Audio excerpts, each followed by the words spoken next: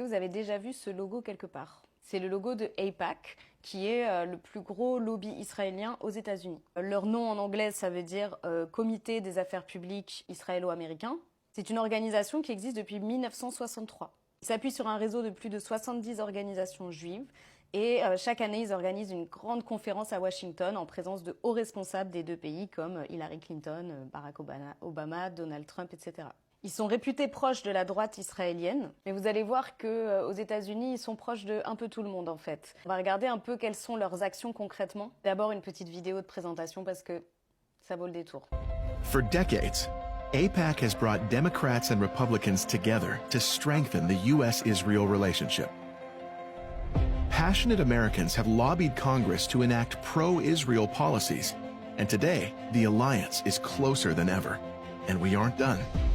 We have a vision for an even stronger U.S.-Israel relationship, ensuring Israel can always defend itself by itself, collaborating in the fields that will define the 21st century, and working together for peace and stability. The majority of Americans share our vision, and the majority of Congress is pro-Israel. But a new threat is on the rise. Small in numbers, but loud in reach, anti-Israel members of Congress are trying to destroy our partnership with Israel. Israel has violated basic human rights. We must condition aid to Israel and end the apartheid. They are willing to tank their own party's agenda to block funding for Iron Dome, and they're not done. They're running anti-Israel candidates across the country, trying to grow their squad. And so, we must grow stronger. AIPAC has launched a new political strategy that requires a dramatic increase in resources to be successful. We support pro-Israel candidates. Voilà, ça vous met dans l'ambiance et du coup vous voyez que ils assument totalement leur lobbying, ça c'est très américain et ils expliquent direct que voilà, ils financent les partis, ils financent les membres du Congrès, etc., qu'ils soient démocrates ou républicains et que attention, il y a une nouvelle menace, donc Bernie Sanders, AOC, etc., qui sont contre eux. Sur leur site, par exemple, il y a une catégorie, donc les politiques qu'on soutient, au sens les lois, etc. Et ils disent, voilà, nous on soutient des lois, enfin des politiques pro-israéliennes qui vont renforcer et permettre d'étendre la relation entre les États-Unis et Israël. Vous pouvez voir les sujets clés qu'ils défendent, soutenir la sécurité, donc là je pense que c'est beaucoup par rapport à leur dôme de fer, là. Promouvoir la paix, trop sympa, trop mignon. Se battre contre les agressions de l'Iran, se battre contre le terrorisme, évidemment, et s'opposer à la discrimination anti-Israël. Ils n'ont pas dit l'antisémitisme, la discrimination anti-Israël. Donc ils parlent aussi du fait qu'ils promeuvent des lois.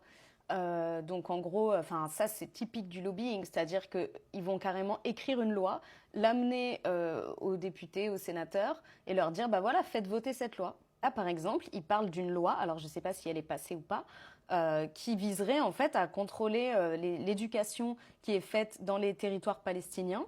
Parce qu'ils estiment qu'il y a trop de glorification de la violence anti-Israël dans les curriculums de l'éducation nationale palestinienne, en gros. Il y a un autre projet de loi, encore une fois, je ne sais pas s'il est passé ou pas, qui dit que le but de cette loi, c'est de renforcer les sanctions sur les groupes terroristes comme le Hamas et le djihad islamique palestinien, et faire en sorte qu'on leur coupe les vivres, alors ce qui est quand même très drôle de la part de l'un de leurs premiers investisseurs. Du coup, je me suis demandé, mais quel est l'intérêt des Américains là-dedans exactement? Et pour essayer de mieux comprendre, j'ai regardé cette conférence sur YouTube avec plusieurs activistes, notamment de Jewish Voice for Peace, etc. Et en fait, un des trucs qu'ils expliquent, c'est que clairement, les États-Unis ont un intérêt énorme parce que ça leur permet en fait d'avoir un pied, d'avoir un allié très très important au Moyen-Orient et que pour ça, ils sont prêts à tout. Et qu'en réalité, c'est même pas si cher payé par rapport à ce que ça leur rapporte. Donc finalement, si le lobby israélien est si puissant aux États-Unis, c'est uniquement parce que, en fait, il sert totalement les intérêts américains. Et d'ailleurs, vous avez peut-être vu cette archive de Biden. There's no apology to be made. None. It is the best $3 billion investment we make. Were there not an Israel, the United States of America would have to invent an Israel to protect her interest in the region. The United States would have to go out and invent an Israel. Biden, qui pour info est le sénateur américain qui a reçu le plus d'argent de AIPAC de toute l'histoire. Donc il a reçu plus de 4 millions de dollars en tant que sénateur et il a reçu également 3 millions et quelques en tant que candidat à la présidentielle. Et toutes ces infos sont disponibles sur le site d'Open Secrets, qui est un site en fait qui traque l'argent qui influence les politiques aux États-Unis. Franchement, n'hésitez pas à aller faire des recherches sur AIPAC, c'est assez magique, hein.